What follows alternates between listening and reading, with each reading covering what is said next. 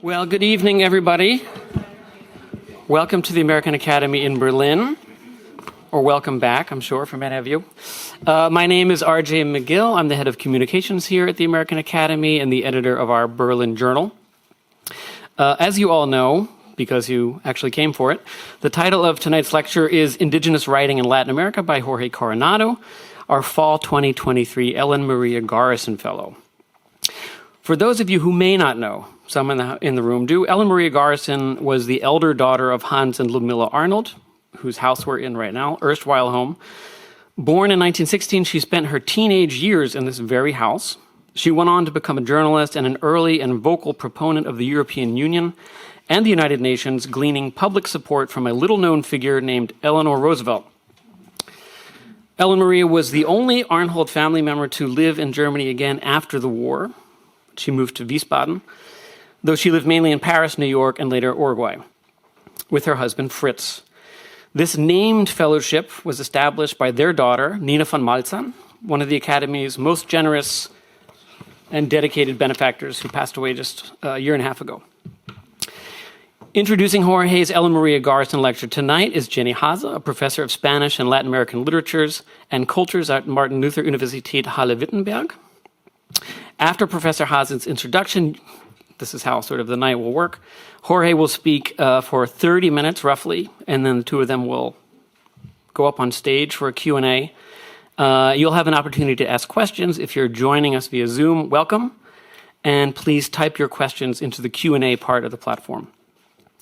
So, to Professor Hase, briefly. Professor Hase studied German and Hispanic studies in Göttingen, Barcelona, and at Humboldt-Universität zu Berlin, where she completed her PhD in Romance literatures.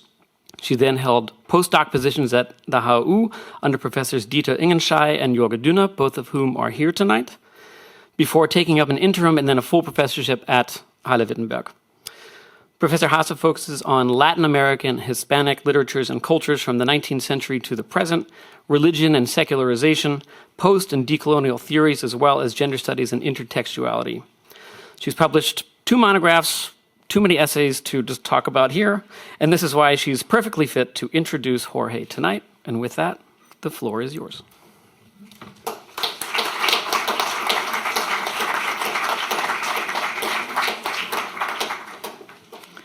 Thank you very much, and good evening, everybody.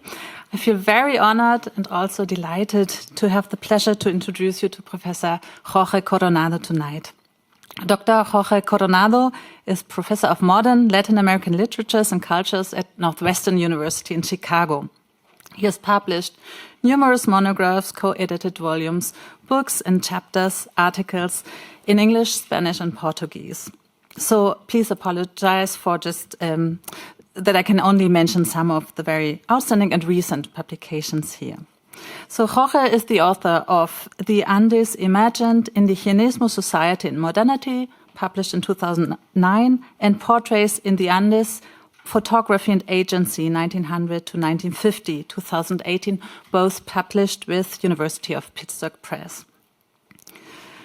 A co-edited anthology of anarchist and Marxist-influenced writing entitled Anarquismos y Marxismos en Bolivia, Ecuador y Perú, Textos Esenciales, or Anarchism and Marxism in Bolivia, Ecuador, and Peru, Essential Texts, appeared last summer, just in August, in Lima in Peru. A co-edited volume on visual and literary practices in relation to notions of landscape and region, entitled Visiones de los Andes, Ensayos Críticos sobre el Concepto de Paisaje y Región, so Visions of the Andes, a critical essays on the concept of landscape and region, was published in 2019 in La Paz, Bolivia.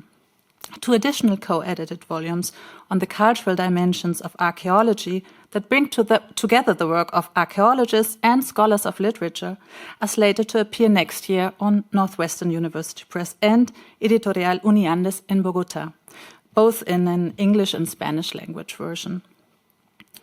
Jorge's other scholarly articles, reviews, and essays have appeared in both US publications as well in Latin America. At Northwestern, his undergraduate courses range across the 19th and 20th centuries and draw from various disciplines and cultural practices, such as history, archaeology, anthropology, music, photography, and of course literature. His graduate courses focus on two areas: literary and cultural theory in more general terms on the one hand, and Andean studies more specifically.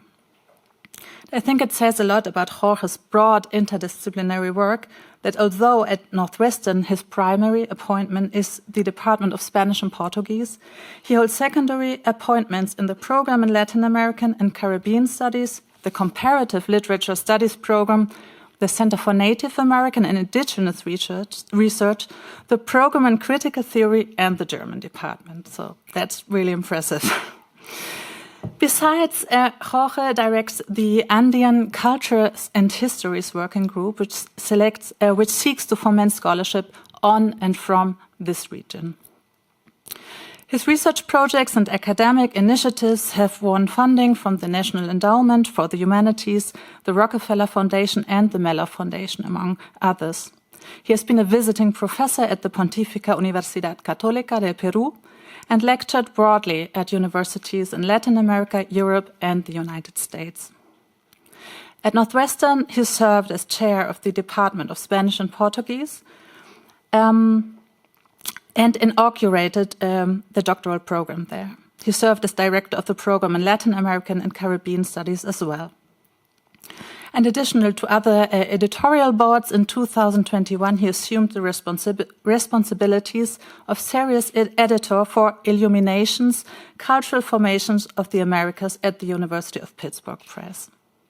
In that position, he's been most interested in increasing the variety of critical approaches in Latin American literary and cultural studies, as well as connecting the US Academy with its counterparts in Latin America and Europe. And this is what Jorge is also doing right now here in Berlin during his stay at the American Academy, bringing his Latin Americanist knowledge to Berlin and connecting US, Latin American, and European academia in an outstanding way.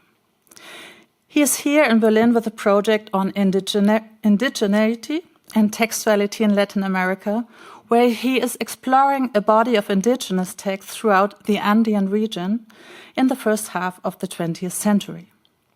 By studying largely overlooked indigenous texts, he is going to demonstrate how indigenous subjects reconfigured modern ideologies, such as anarchism, Marxism, and feminism, alongside native worldviews in their self-representation and particularly in critique of the political, economic, and social worlds they inhabited.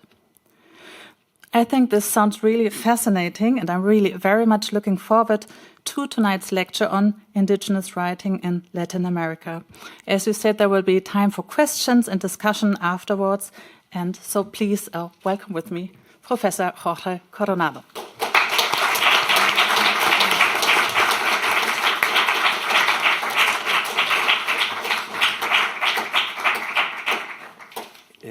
I didn't bring my sunglasses, unfortunately. It's very bright up here, as some of my fellow fellows have said.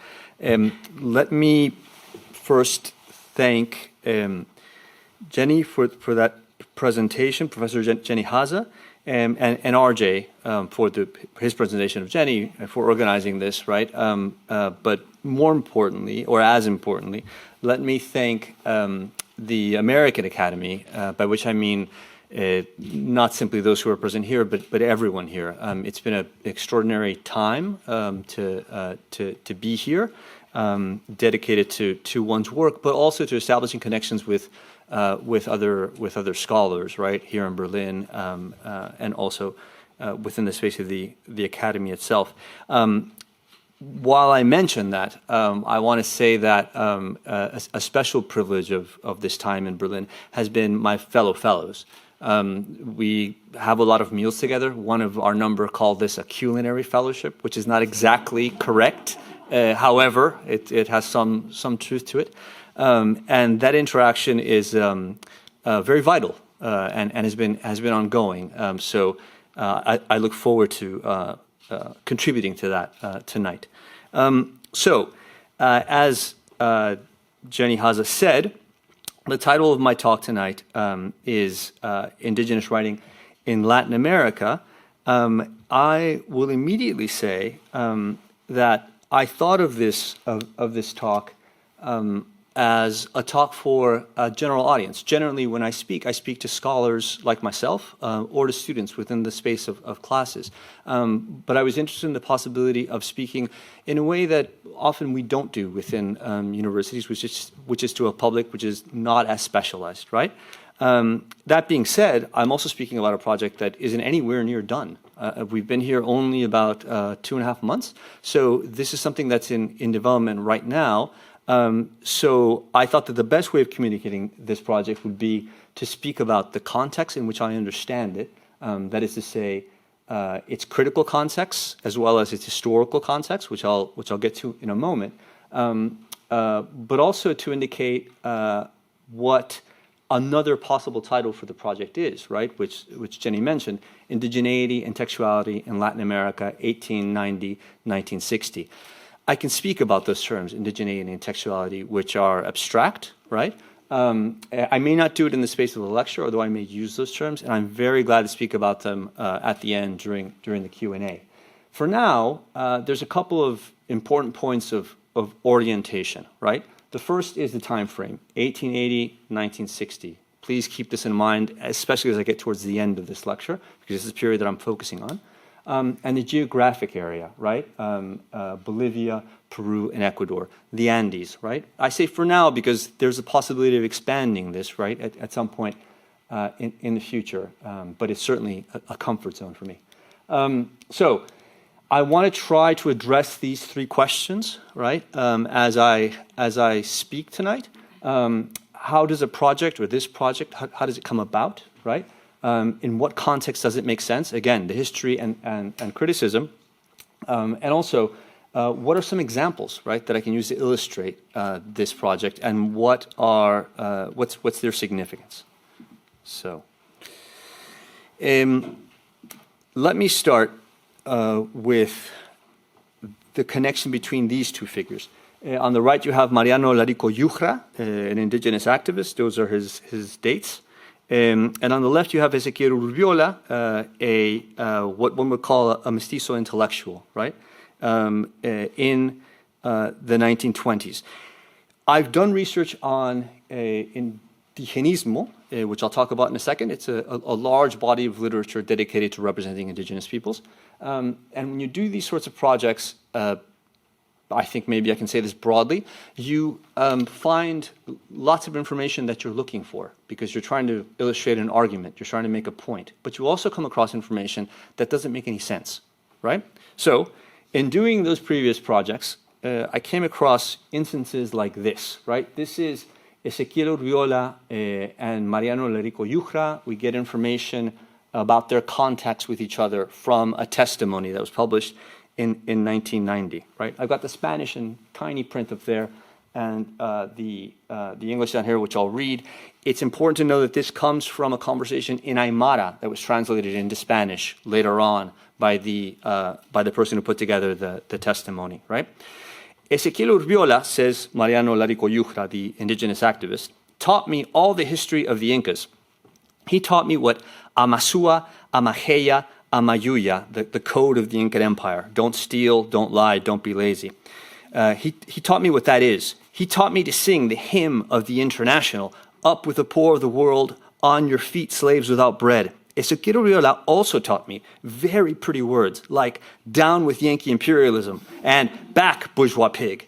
Every afternoon for 2 hours, he taught me the history of Peru, the history of America, the history of the world. Everything that I learned at home helped me later when I went to listen, because he attended the Universidad González Prada, an open university for working class people, as both student and instructor. Every night, workers, rural people, and union leaders sought him out in our room, right? So generally the idea that one comes to in this period, right, is that indigenous peoples were not engaged with writing, right? They were doing a lot of protesting, and I'm very happy to talk about why they were protesting, but there were many revolts during this period against feudal, basically, economic forms that they were enslaved to, right? or close to enslaved to. But the idea is that they're not doing a lot of writing. So when I found things like this, I thought, but that's strange, right? This person is learning how to read and write from Ezequiel Urriola, and he's also learning all kinds of other things at the same time, like about the Inca Empire, right? Which presumably he has some sort of relationship to, right? But also about discourses, modern discourses, like Marxism and anarchism, right? Which are here coded in this sort of text. So the notion that indigenous peoples are minimally or not involved with letter practices may not be accurate, but for me, and hopefully for you, what's of interest is where we got this idea to begin with, or maybe where I got it, right? But maybe some of you have this as well, right?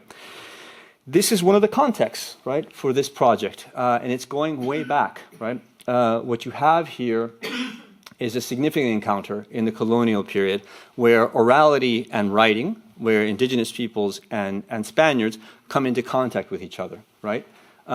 What I've chosen is a scene on November 16th, 1532, which is the encounter between Atahualpa, the Incan king, right, and the Spaniards, right, in the body of Valverde, who's like a priest, basically, right?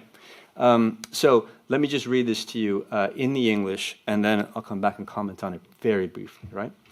Fray Vicente Valverde, who would be this guy with the Bible, right? And that's the Inca up there, right? Fray Vicente Valverde had a cross in one hand and a Bible in the other. He told Inca Atahualpa that he was the ambassador with a message from another very grand king, the King of Spain, right? Friend of God, that the Inca should be his friend and adore the cross and believe in the gospel of God and not worship anything else. Atahualpa responded that he would worship none other than the sun who never dies, nor its huacas and gods. Inca Atahualpa asked Valverde who had told him that he should worship this Christian God. Valverde responded that the book had, and Atahualpa said, "Give me the book, so it will tell it to me." And so he received it and began to leaf through it. And he said, "You say it speaks? The book does not speak to me." Speaking with great majesty, sitting on his throne, he threw the book down on the ground, right? Valverde yelled to the other Spaniards, "Come, soldiers, because these Gentile Indians are contrary to our faith," right? What's basically happened here is the Spaniards just couldn't come in and take over anything they wanted. They had to go against people who had rejected Christianity, right? So this is a legal requirement, right? That's happening here, and it happened all over the Americas, right? What's important for us here, for my purposes, are the readings of this that are done in this particular history. I've put two little books up there, which are very big books, but they're just little because of the image, by Antonio Correjo Polar and Ángel Rama, two towering figures within Latin American literary and cultural studies. Both of them, in one way or another, communicate the idea that the province of indigenous peoples is orality, right, and the spoken word and oral cultures.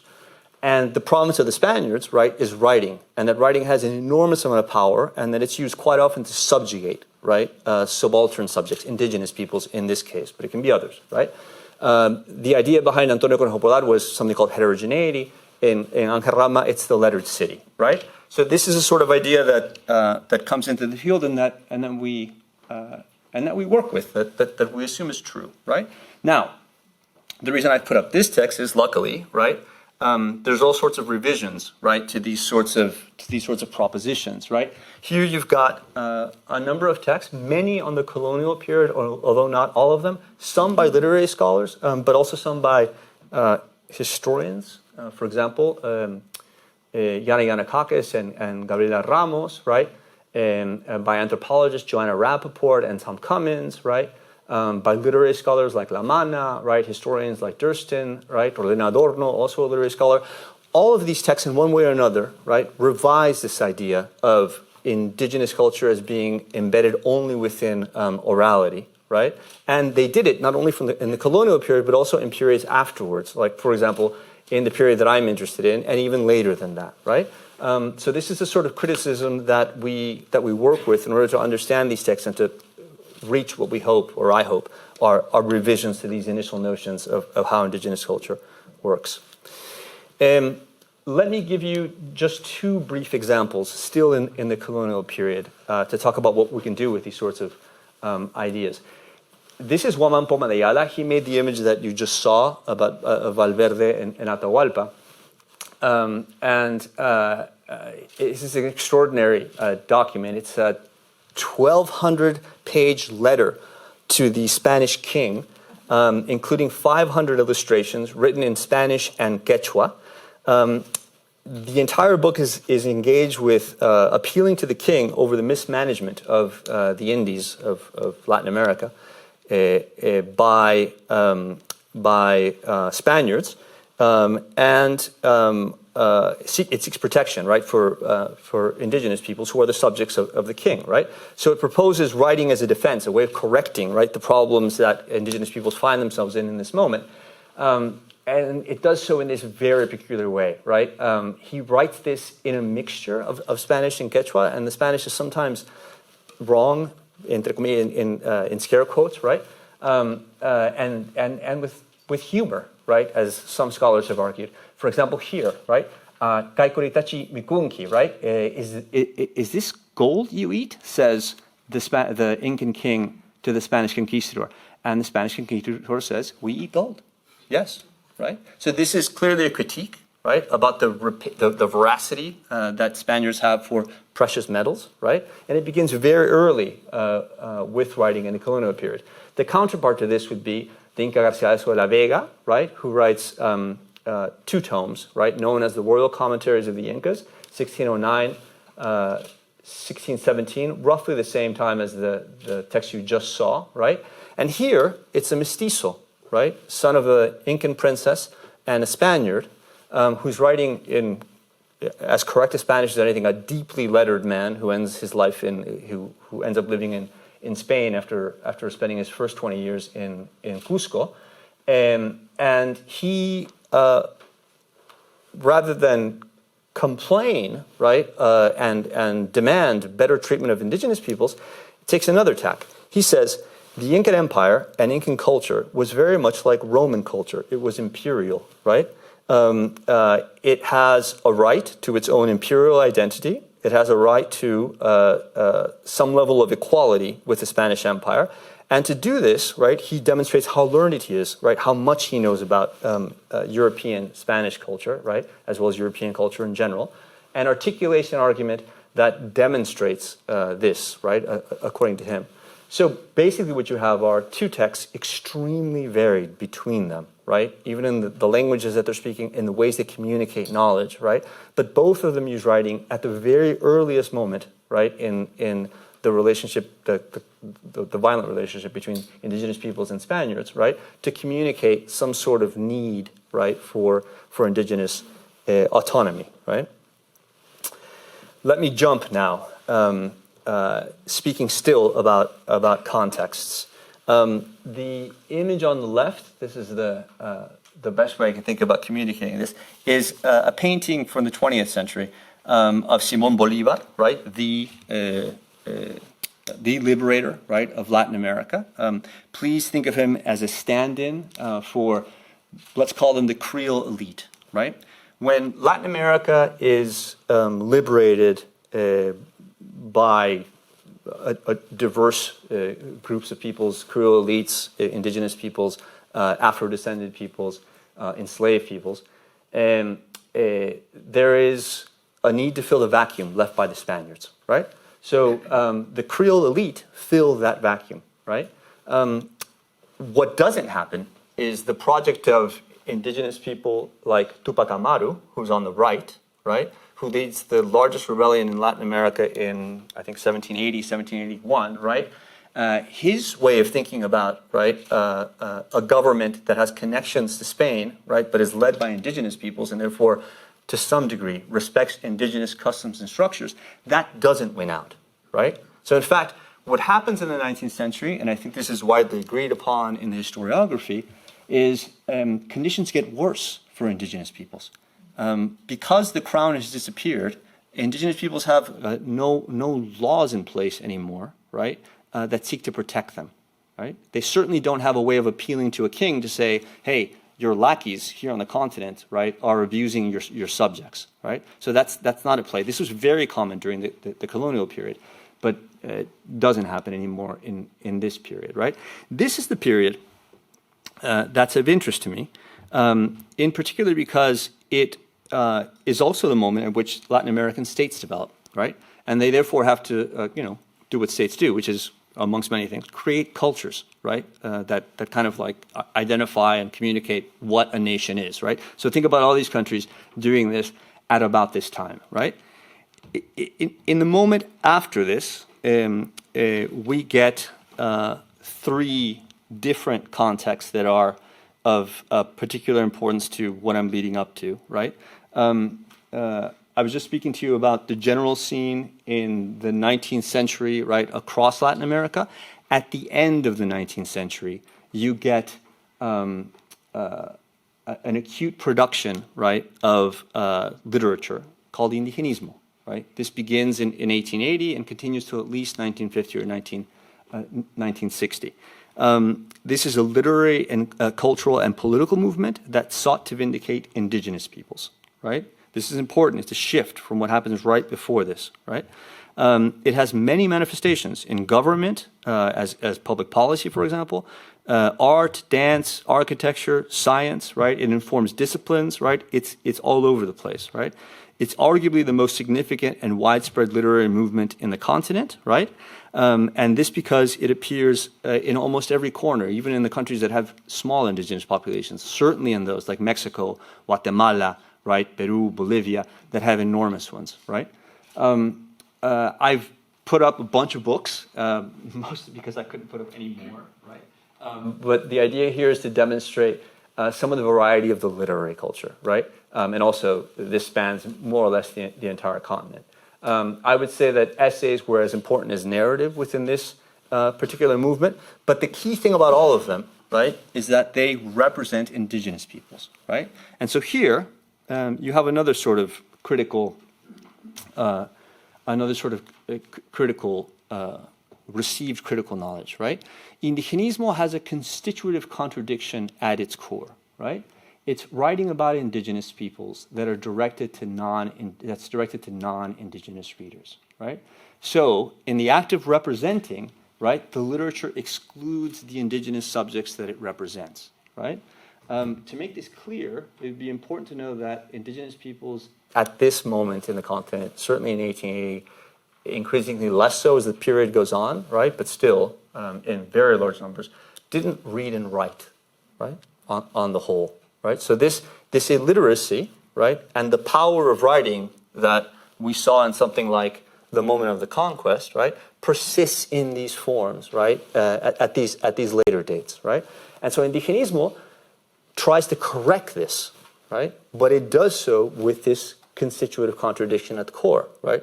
It represents, by representing what indigenous peoples are, to people who are not indigenous, right? They're always kind of outside of it. Yeah? Keep that in mind as I speak a little bit further about this. Another framework or feature that's important about this moment, 1880 to 1950, is something that was mentioned in the introduction, which is new discourses, right? After the 1880s, there's a shift, right, in the social dynamics. One of the ways of understanding this is, in Latin America, one of the ways of understanding this is a middle class that's deeply critical and interested in assuming the role of authority that Creole elites have, starts to criticize those Creole elites, right? And they deploy these new discourses, right? Anarchisms, Marxisms, feminisms, vanguardisms, towards this end, right? That wouldn't be the complete story, because as you'll see in a second, lower classes, right? Working class peoples, right? Subaltern indigenous peoples also deploy, right, these same sorts of critiques, but in ways that are perhaps not the same as the middle class mestizos that I'm talking about. Here, I've chosen mostly texts that are from the Andes, but that are extraordinary and very little studied. I just want to point out this text, right, by Miguelina Acosta Cárdenas, right, which in the very early year of, I think, this says 1929, but the publication of this is even earlier, 1909, proposes that women be full subjects, that they be able to get divorced from their husbands, right, that their property be their own. That's incredibly early, right? She comes from an anarchist background and is also working with indigenous peoples, right, at this particular moment. Almost no work has been done on this figure, right? There's others like Dora Meyer, on who perhaps more work has been done. A German citizen who goes to Peru becomes involved in the same movements between anarchism, especially socialism, not so much anarchism, and indigenous movements, right? Mada Portal, another figure of this kind, and the others are similar, although not exactly the same, right? So when these discourses come into the region, they're immediately redeployed, right, in ways that are deeply critical of the existing power structures. But when this happens, as we'll see, changes are introduced, modifications are introduced. One way of understanding this would be hybridities are introduced into these particular movements. They're not your mom's anarchism, right? It would be a way of saying it.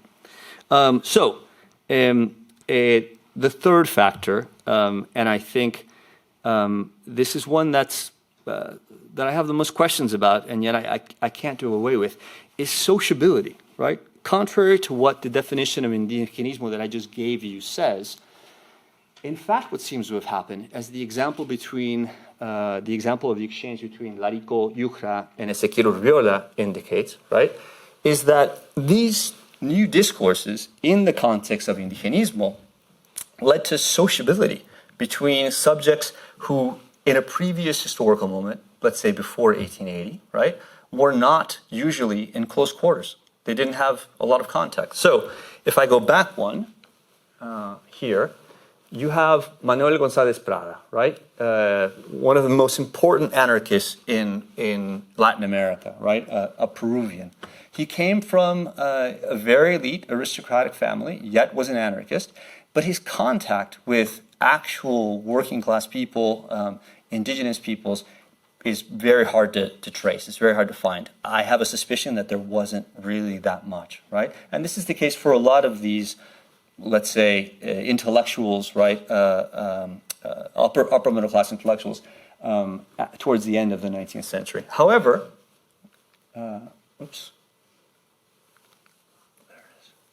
right after, you have scenes like this. I've chosen just a couple of images at random, right? This is the Universidad Manuel González Prada, which was mentioned in that first quote, right? It's a popular university, which was a counterpart to the very conservative Universidad San Marcos in Lima, right? There was another one very similar in Havana, right? The Universidad Popular José Martí. And what it did was it brought new knowledge, right? Marxism, feminism, right? Anarchism to the masses, right? Intellectuals engaged in teaching, right? People, but not only teaching them, as you saw in the first quote, teaching them how to read and write, just the most basic things, right? Here you've got another such project by, I think this works. There it is. With this figure, Tristan Marov, right? A leftist intellectual in Bolivia. This is the Warisata School, which was an educational project for indigenous peoples, right? So these sorts of projects start to bloom and blossom all over the place, right? There's just some examples. Here you have also, I don't want to let it go to such a great image, Petronila Infantes, right? Who's in Bolivia, right? And is an anarchist, anarcho-syndicalist, right? Working with indigenous groups in an urban setting, right? Making similar sorts of claims on, right, against the power structure as many of these others are. In these situations, right, you get these sorts of contexts that simply did not arise before, and in that sociability, there's a sort of transfer of knowledge, right, which is kind of at the core of what I'm interested in these practices that you'll see in a moment, right? Some case studies, right? Let me say quickly, as my time is coming to an end, that my attention here at the American Academy has been mostly on reading and finding, right, texts like this, right? Luckily, wonderful work has already been done on this text, so it's actually not that difficult to find. Interpretive work, I think less so, right? This is, as you can see up there, La voz del campesino, nuestro reto a las grandes misas del Estado, the voice of the peasant, our challenge to the great mistis, which is a term for white people, basically, right? But powerful white people of the state, right? Written by Luis Cusicanqui Duran, also an anarchist. There you have his dates, right? This is a broadsheet, and this is the way in which it's circulated. It's signed by Cusicanqui, right? Down at the bottom. There are many things to take away, right, from this text on different registers. One is that it uses indigenous terms like mistes, right, but also haukomaiku, right, and others, right, that are interspersed throughout the text, right.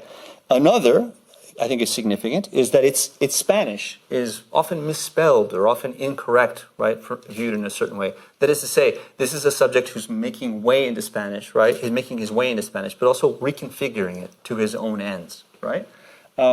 Yet another is the fact that it takes the civilizational discourse of, civilizados, right? And he says things like, ¿por qué nos hacéis retroceder a la era salvaje vosotros civilizados? Why do you, the civilized, make us return to the savage age, right? He's speaking about the idea of progress and about civilization and saying, that's something that's promoted by the state, but has actually no reality, right? Because they live in a feudal system, right? And so, right, like this, there are other texts which I have yet to plunge into, but which I'm really interested to do.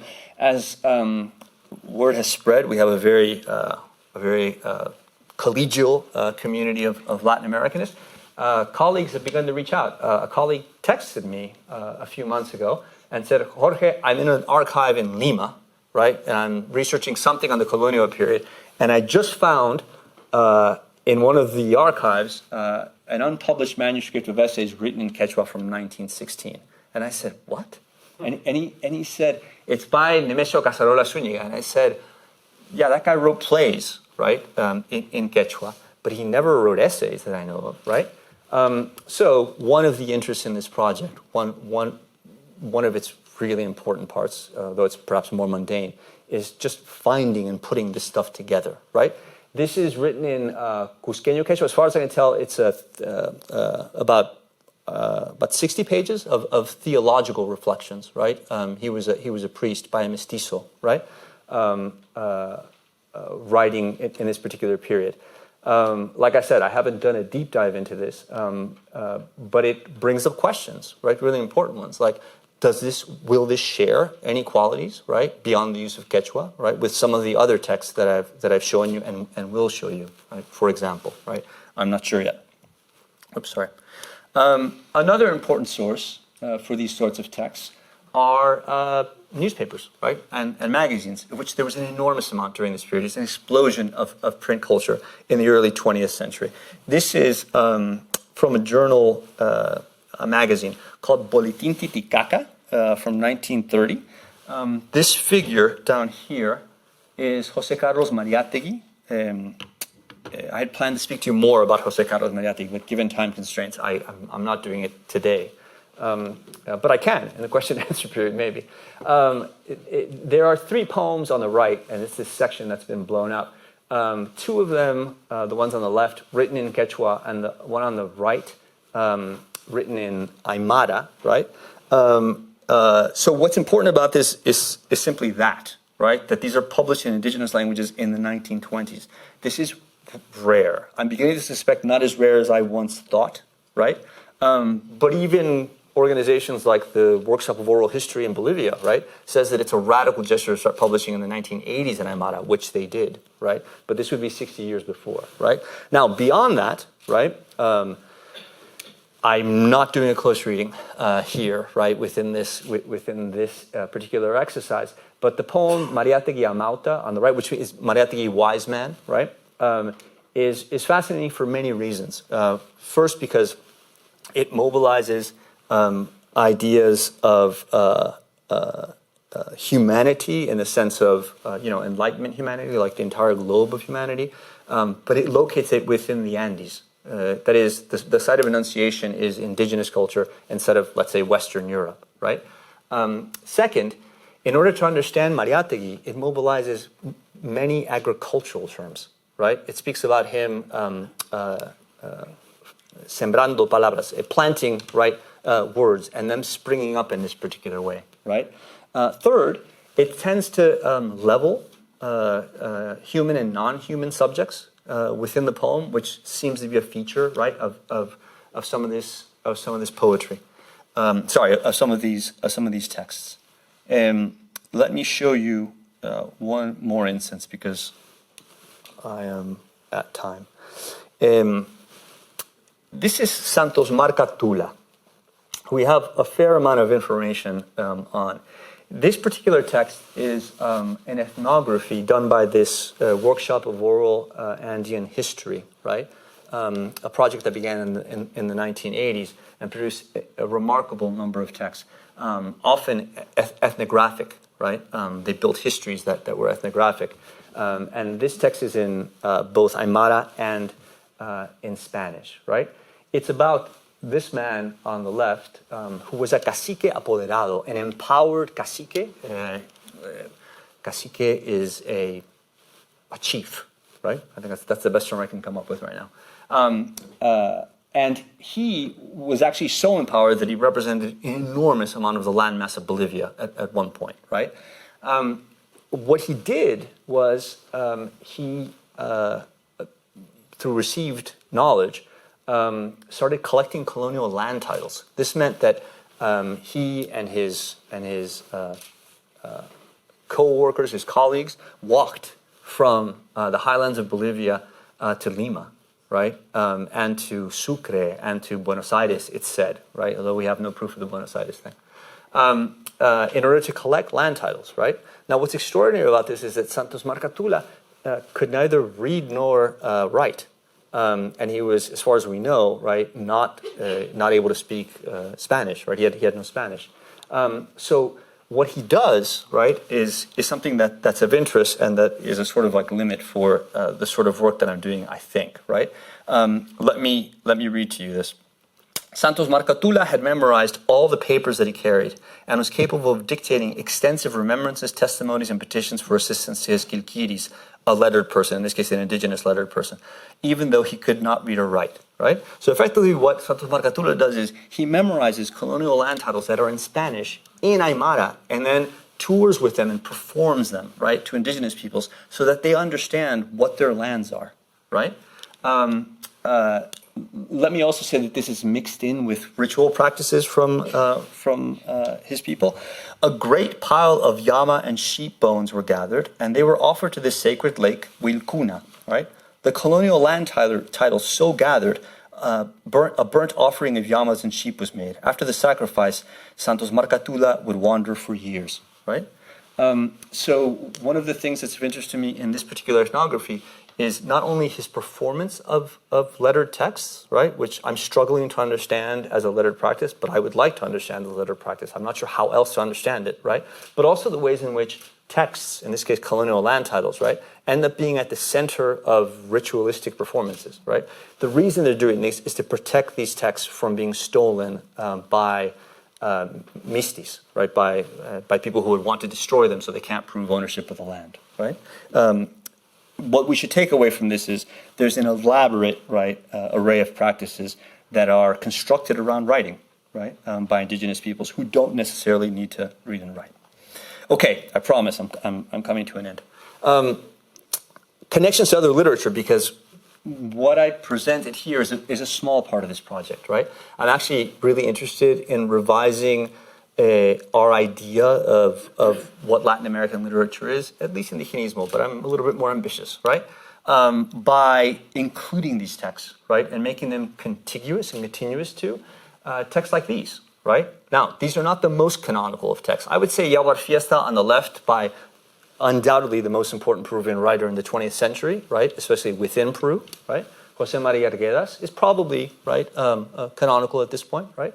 El Pez de Oro by Gamaliel Churata, not so much, although there's a dedicated group of churatistas. They meet often, right? And they produce enormous amounts of scholarship on this very difficult writer who wrote in a mixture of Spanish, Aymara, and Quechua, right? So it's extremely difficult to read.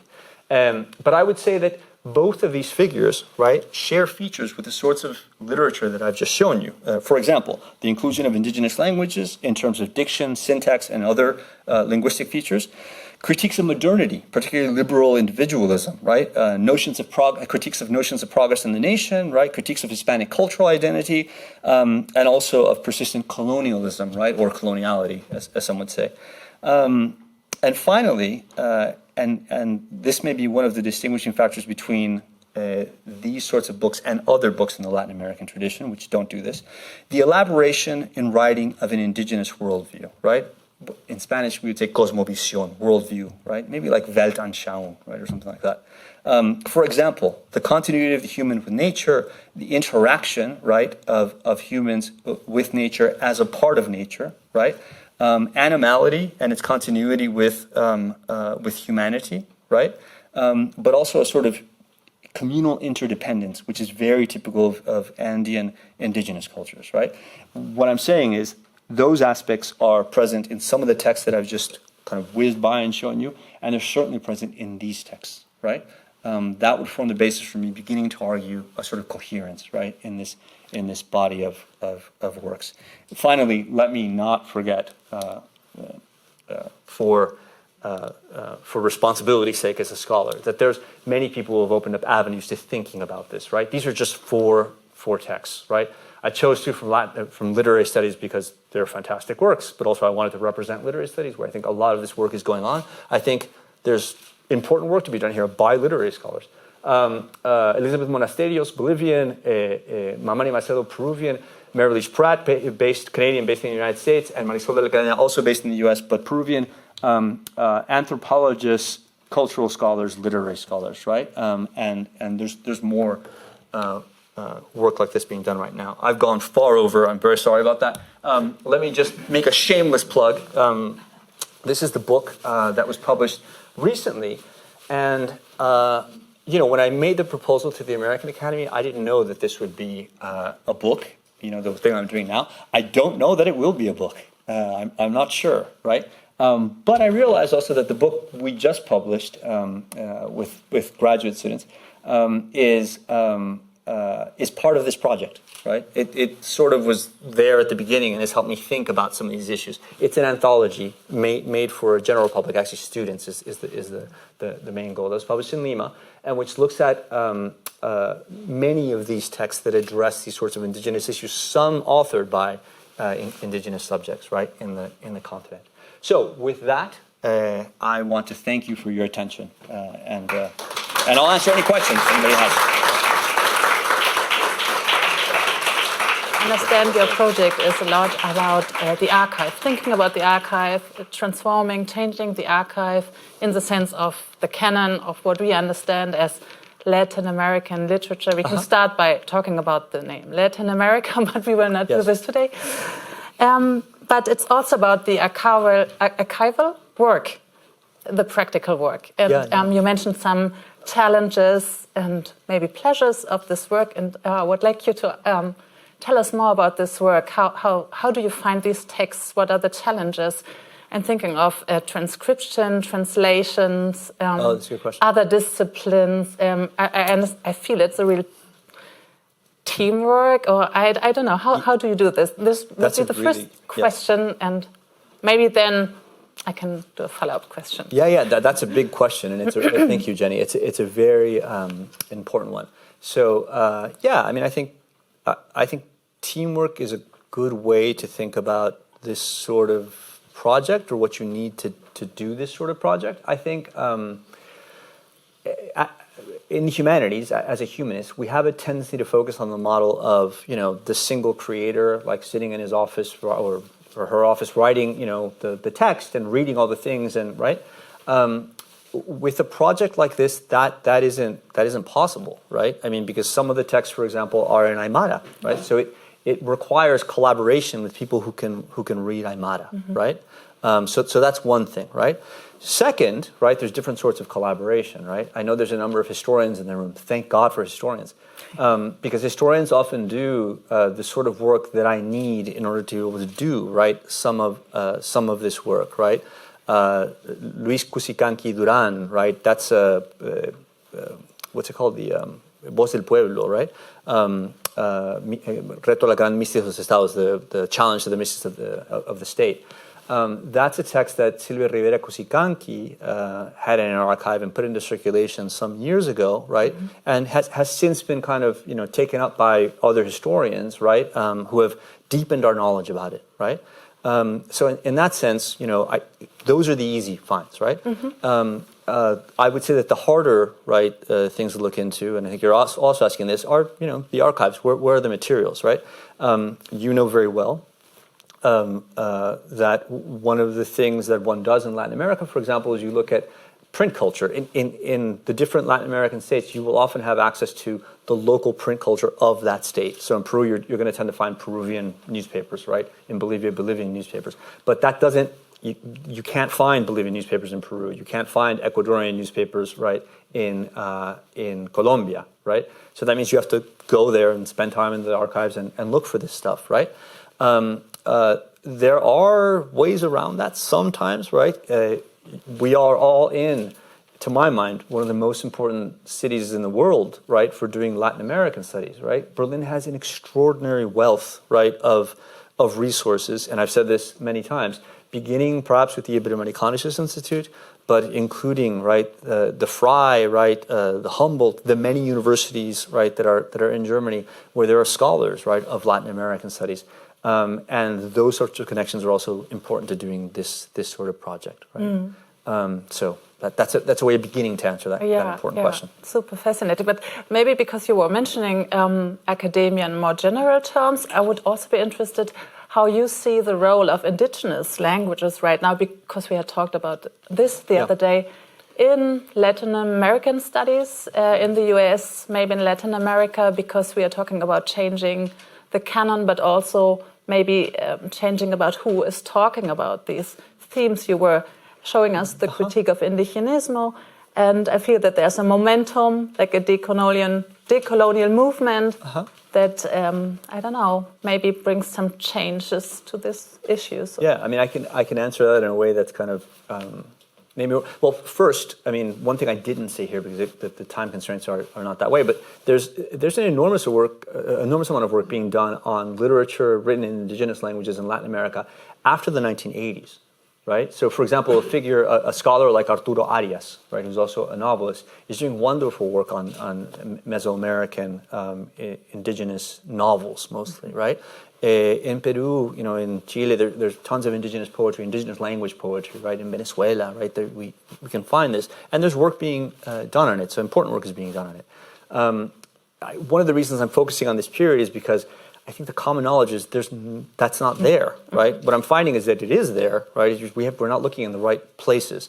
But your question is also about like what's happening with indigenous languages now in my field and maybe in related fields. That's interesting. I mean, there's a lot of other factors like can students get jobs? So let's leave that to one side, right? But I think actually, for example, some of the graduate students that I work with, many of them are learning indigenous languages, right? In order to be able to do this sort of work, right? Whether it's a deep dive or it's a sort of, a way of being responsible to some part of the archive, right? It's available, it's possible in a way that it wasn't when I was in graduate school, right? For example, right? I think this kind of started with somebody like, I mean, in the United States, in literary studies, with somebody like Walter Mignolo at Duke, right, who famously always told the students to learn indigenous languages, but then when asked if he had, he would say, no, I don't speak any of that. But his students did, right? And there is something generational there, right? I mean, the younger students have more time to do this, right? So I do think there's a movement, right, towards more of that sort of study, not just in literary studies, I think more broadly. Yeah, fantastic. Yeah. Yes, I'm happy to open the debate to the public and already see some hands there. I see a fellow. Hi, I'm Holly Case. I'm a fellow. Thank you, Jorge, so much. This was a fantastic presentation. I have a couple of questions. One is, are there things that might count as texts in a kind of slant way? Material culture objects, for example, that were read with, I was thinking of how the Iroquois Constitution was woven in beads onto a belt, for example, that was so that certain parts of it could be recited back. And are there some kind of material cultural elements that might be considered text for the purposes of your analysis? And the other question is about whether there was an indigenous right-wing or conservative publicistic production. And you had that text that was handwritten, and you said that it was written about religious issues. Were there other texts that were produced by people who went through parochial schools, for example, or who had various conceptions of what indigeneity could mean in terms of its relationship to the various emergent nations, etc.? So thanks very much. Those are terrific and tremendous questions. Let me begin with the second one, and then I'll go back to the first. Yes, certainly there's, it depends on how we define conservative, right? But somebody like Nemesio Casola Zúñiga, right, I think could certainly be described as such. His interests are in bolstering the church and its authority, right, in his plays, right? So his plays are, the plays are kind of moralizing, right, and trying to keep people in line, right, and, perhaps typical things you'd expect from a Catholic priest in the hinterland, right? The feature of it that's perhaps not as conservative is that unlike many other scholars, and there were a number of them in Quechua in the early 20th century, he was not writing in a language that was impenetrable to the daily speaker of Quechua, right? So many of his colleagues would mine colonial texts for terms that had been lost and were no longer in use, and they would use that within their production of Quechua, also extremely conservative, right? This guy didn't, right? In order to communicate these things through plays. However, the politics of it, right, or its relationship to religion, right, I think could certainly be termed as conservative, right? Now, if you're hearing hesitation in my voice, is because I'm not sure how to define Nemesio Casola Zúñiga. I'm not sure if I define it as an indigenous person or as a mestizo, right? Who simply, wrote and maneuvered, lived in Quechua, as many mestizos did, right? Until very recently, right? It's not uncommon for mestizos not identified as indigenous, right, to have Quechua, right, all over this part of the Andes.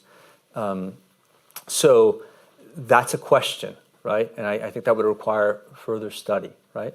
If there are other examples, yes. For example, these other Quechualecos, right, who were extremely conservative, right, and very invested, often because they were from the upper castes within Andean society, in keeping the power structure as it was, right? So certainly, right, that exists. And then the material culture question. Yes, excellent. I'm trying to think off the top of my head if I have something like that. What I can say is there's a book whose cover I showed by Nina Murcio and Frank Salmon,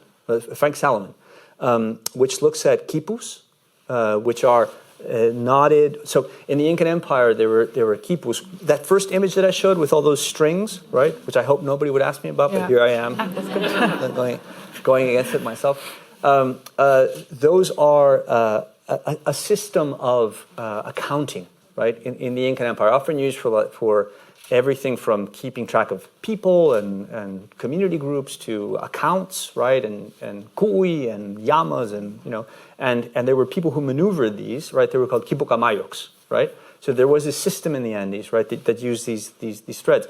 What they look at, Salomon and Nina Murcia, is the way in which there is a sort of a sort of writing, right, and systems of knowledge attached to these peoples now, even though they're not the same ones as occurred in Incan times, right? So that's one example that's right there, right? If there are other examples, I would have to think about it for more. Nothing jumps out right now. I'm thinking, not at this moment, right? But that's a solid one that is there. I think in the 1980s, 1970s, 1960s is the period that they look at up to very recently. Thanks, Holly. I also was thinking of the textile culture, maybe like weavings and, sure. and things, and I don't know. But you were interested in lettered culture, right? So. Yeah, I mean, I spent a lot of time in photography. I'm coming back to literature with a vengeance, right? Okay. So yes, I'm thinking much more about literary production. Although that would be very worthwhile. Yeah. Right? And there are people who do much better work with that than I do, certainly. Than I would, certainly. I saw another question here. Thanks a lot for this paper and this explanations about fields which are so often overlooked. Thanks a lot, but I cannot suppress my gratitude also for having compliments for Latin American studies in Berlin, having been an emeritus now for 50 years at the Institute of Latin American Studies of the Freie University. But it's not too indiscreet to ask whether there are personal roots of your person with regard to indigenous cultures, roots, narratives, and so on, which might be of influence in what you are doing. That's strange. I've never gotten that sort of question before. Yes.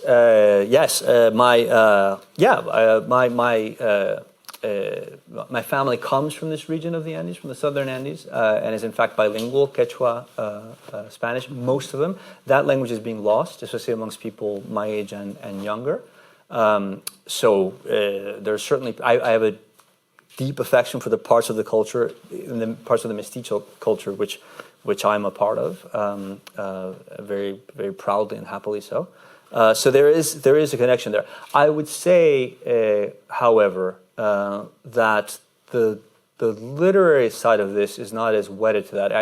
It may have connections to that personal history that escape me, but I would say that that's more of a product of the different sorts of institutional frameworks that I've come up in, which I hope to have shown here just by referencing some books and some context. So I think that's the way I can address it. That sounds somehow unsatisfactory, but I think that's the best I can do with that. Thank you. Please. Dieter, what?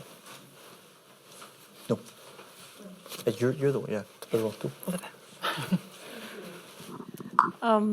I'm Christine Wallach. Can you say something about the state of indigeneity today? I know it's beyond your period, but to what extent is it still the case that others speak for indigenous people in novels, in anthropology, in political science, or are they increasingly able to speak for themselves? And if so, in what language? And I found your comment just now that you are a product of both worlds and that you can operate in both worlds, very, very interesting and very telling. But there are fewer and fewer of you, as you said. And so to what extent can the indigenous people express themselves and speak out to the larger world on their own behalf, as distinct from having us, what are we, mistes, speak for them? So I think the period I'm working on, right, is a period of, pretty cut and dry colonial relations, right? That's what these indigenous subjects are embedded within, right? So a lot of the literature that I'm looking at, by force almost, right, it responds to this coloniality, these colonial interactions, right? You're asking about a later period. I think after the 1980s, and especially with there's a working group within the UN that issued a Declaration of the Rights of Indigenous Peoples. There was a version in 1989 whose title is escaping me, and then another one a few years later on, right? After that, there was an enormous growth, right, in indigenous self-representation. Let's call it that, right? In many different forms, right?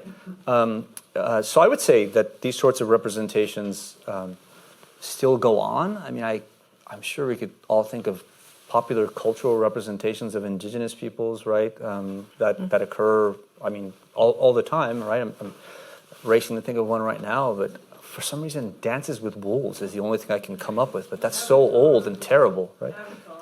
Oh, Avatar. Thank you. That, of course, Avatar's a wonderful one, right? Because it takes a sort of like, almost anti-colonial, very anti-colonial, right? Tack on that. Excellent, Holly. Thank you.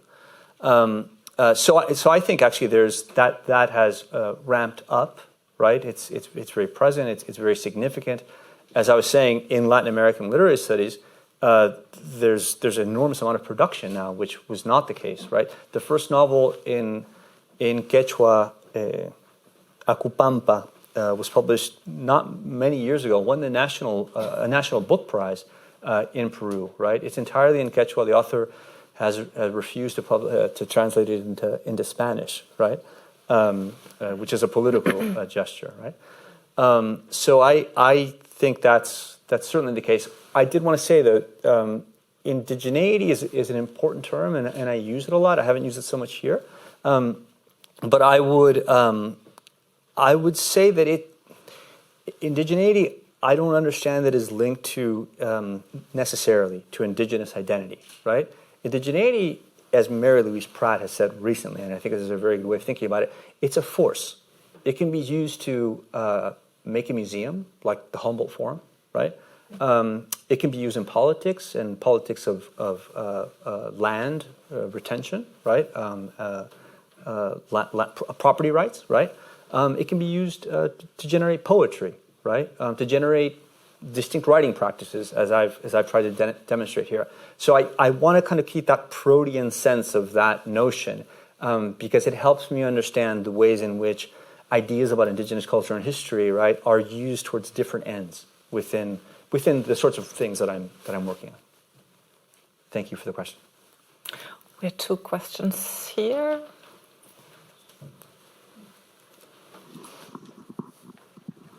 Hi, thank you for a very interesting talk. I was wondering about the institutional aspect of these of the indigenous writing. My question is, who published this writing? Are there any general tendencies? Were these texts published by indigenous people or not? And related to that, which audiences were envisioned in these texts? Also, like institutionally, was there a certain kind of double consciousness in these texts, like a certain awareness that they would be read not only by indigenous peoples but also by other groups of people? So yeah, that's my question. That's a great question. Thank you. So first, let me answer kind of concretely, and then let me answer with a couple of examples that hopefully are illuminating. Where were they published? Well, anarchist broadsheets, right? Some of the things that I'd show you. Vanguard journals were interested in publishing this sort of stuff in that period, 1920s and in the 1930s. I think it also bears pointing out some of it is unpublished, right? As we saw, there's this one thing that I've studied before, and that is much more widespread than I thought about 10 years ago or more, which is local newspapers often published enunciations from indigenous peoples, right? That were translated, right? There were always middlemen, right? Translators, right? A famous one in Lima was La Voz del Ayu, the voice of the indigenous community, the Ayu, right? And it published complaints, often lengthy ones, right? That were written by intermediaries, right? In the highlands, and then when they're sent to the capital city, in order to provide evidence, right, of the violence done against them or the atropellos, right? So that's one way, right, of answering that question. The other way is with those last 2 books, and now I'm shifting to sort of, proper literature, as it were, although that even that is questionable. Yaguar Fiesta and books like Los Ríos Profundos and both by Arguedas, right? This very important, the most important Peruvian writer of the 20th century. And certainly El Pez de Oro were illegible. No, I mean by this I mean that people could not read them. Like even a towering reader of literature like Antonio Cornejo Polar could really couldn't read El Pez de Oro. It was impossible. He didn't understand, right, what to do with it, right? And this is not to fault Antonio Cornejo Polar. On the contrary, it's to say that there are kind of shifts, right, within our institutional knowledge, right, within disciplinary knowledge, that allow text to be read at certain moments, right? This was also the case, I think, with Arguedas. When he was first read, they said, but this guy just writes everything kind of backwards in his sentences, and he thinks that this is how people speak, right, in the highlands, but that's not how people speak. They kind of applied the idea of verisimilitude to it, which was entirely the wrong way of reading that. So I think some of these texts are written for future readers, right? Like, I guess, I don't know, we could have that argument. But Churata, absolutely, when he wrote that, he knew that nobody could read it. I mean, who could read a vanguard text that mixes essay, philosophy, novel, poetry, Quechua, Aymara, right? It's this dizzying thing, right? That in fact you have some notable specialists of here in Germany, right? But that's more recent. That's more recent. Yeah. Thank you. Dieter, Ingenschein. Thank you very much for your lovely talk. I love your expression of writing practices instead of literary genres. Yep. For that's from my. I do come from literary studies, as you do, yep. And my main knowledge about indigenous literature is that of a former student of mine who did his PhD thesis on the Gregorio Condori Mamani, yep. And then the main question at that time was ethnology as an instance of transporting these writing practices on one side, sure. And the other was the question of regaining literary structures for these texts. And at that time, Hans Fernandez, as his name is, the University of Graz in Austria now, his proposal was the testimonial literatures. We know that John Beverley declared the testimonial literature dead in 96, if I'm not mistaken. Yeah. So I wonder whether it is still a label to approach to this sort of to the wide range of these texts, to call them testimonial texts simply, and whether the ethnology is not the crucial science for guaranteeing, let's say, the adequateness of translations in this context. Yeah. That's my Thank you, Dieter. I mean, to answer it directly, so testimonio, right, it translates as testimony, but testimonio is a Latin American literary genre, which rises right after the Cuban Revolution, and it always entails basically an intellectual interviewer, right, who interviews a subaltern subject, right, often indigenous or Afro-descended peoples, right, and gets their life story. And the important feature of this this genre is that it's not a biography. It's not a story of a person's life, but rather the story of the entire group of people that this person represents. The most famous example is Rigoberta Menchú, right, who won the Nobel Prize, right, in part for her work ending the Guatemalan genocide. Testimony is absolutely a part of this, right? It's a wonderful source, right, for understanding indigenous people's interactions with writing, with the letter, right? As you saw in the example of Santo Marcas Tula, for example. I will say it's not the only source, right? Or not even the primary, right? Because I think at the moment when Beverley, a critic of this form of literature, and others were saying this, they were thinking this was really the only way to access, right, subaltern subjects. What I'm finding is that they did a lot of other stuff, right, leaving a paper trail, right, for them, right, to be accessed, which sounds wrong, but for them to come into contact with readers, right. So I would say that testimony is an important part, but not the only one. Right, ethnography is certainly, right, really significant within this project. I'm reading Condori Mamani, Saturnino Wilca as well, right, and others. But it's a piece within a much larger array of practices. Yeah. Thank you, Dieter. Oh, all right, already. Oh. I think we're going to have to continue in the reception. Drinks for everyone. On me. So, thank you very much. Thank you.